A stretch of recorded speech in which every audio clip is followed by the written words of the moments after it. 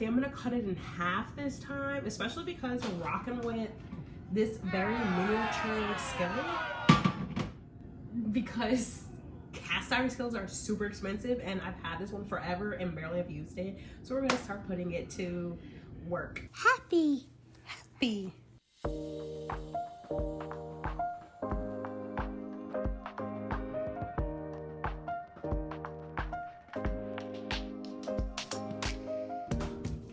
Hey guys, so I'm going to try a stab at this steak again. Part 2.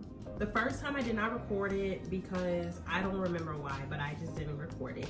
It came out pretty good. It was like an 8 out of 10, I would say, as far as the steak, but it was like too chewy in the middle of it.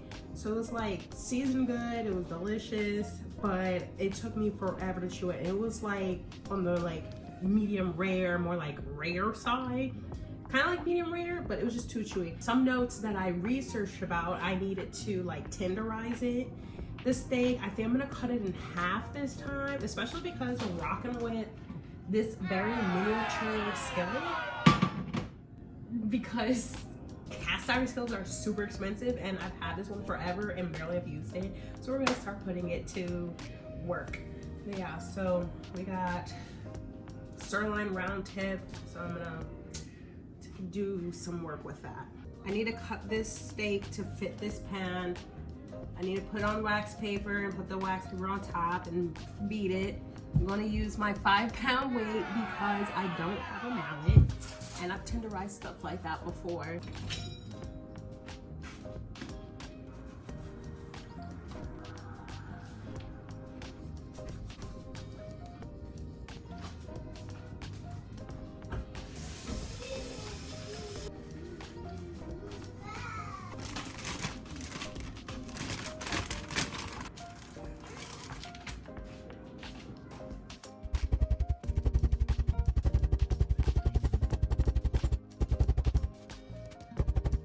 Well, it's spread out a little bit, so that's a good thing. I think, yeah, I'm gonna cut them in half.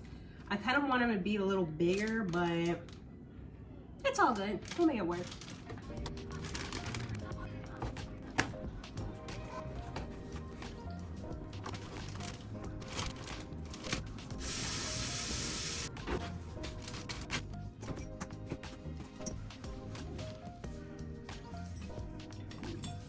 Alright, so I'm gonna prep some of the other stuff in the meantime. So like 2 tablespoons of butter.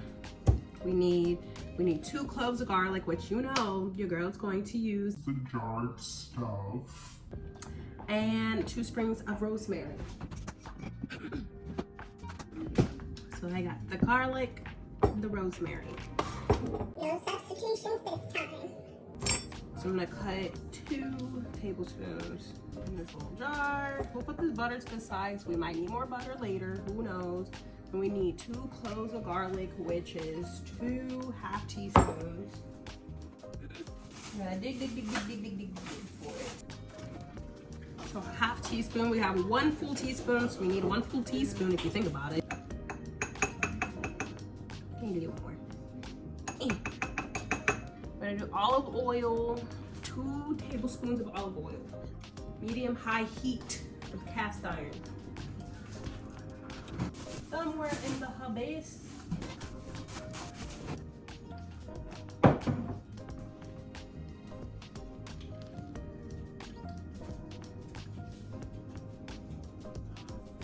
I definitely think I added way too much oil to this skillet, but we're gonna make it work.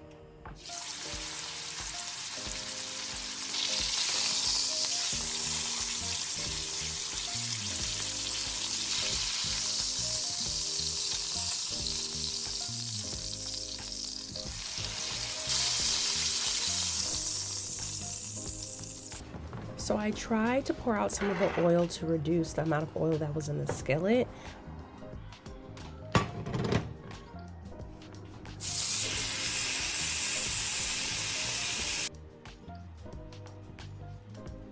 Looking at this footage now, I think I had the heat way too high, but we don't learn until we make mistakes.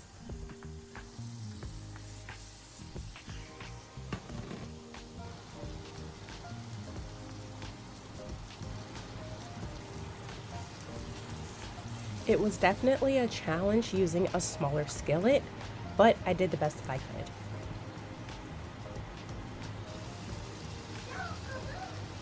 Y'all can see I have burnt garlic pieces on the steak. That's how I know it wasn't right. This is such a chaotic mess, but there's the steaks. They're still kind of chewy. I don't know what the dealio is, but I'm gonna figure it out at some point. So it turns out my brother said it was the type of steak I was using and I needed to use a better steak. Anyways, we're gonna work on this asparagus. 3 tablespoons of olive oil and 1 clove of garlic minced. It's optional. Sea salt, except I don't have sea salt. I have regular salt or pink salt. 1/2 teaspoon ground pepper and 1 tablespoon of lemon juice, which is supposed to be at the end, which is optional, but I got a lemon, so we're gonna do that. We're about to run out and we're out. But we have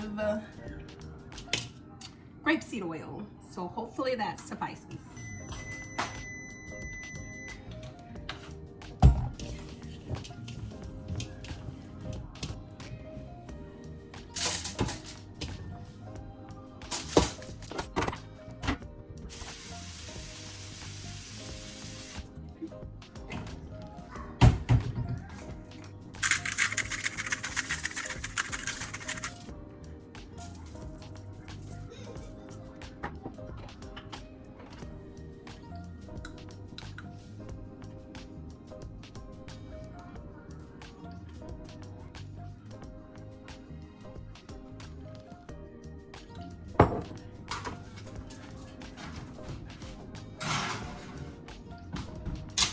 I forgot to put the cheese.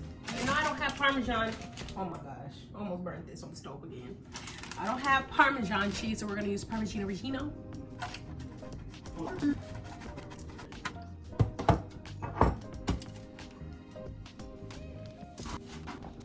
Okay, so the temp is on 425 and we need to let it cook in the oven for 12 to 15 minutes. I'm thinking about 15 minutes.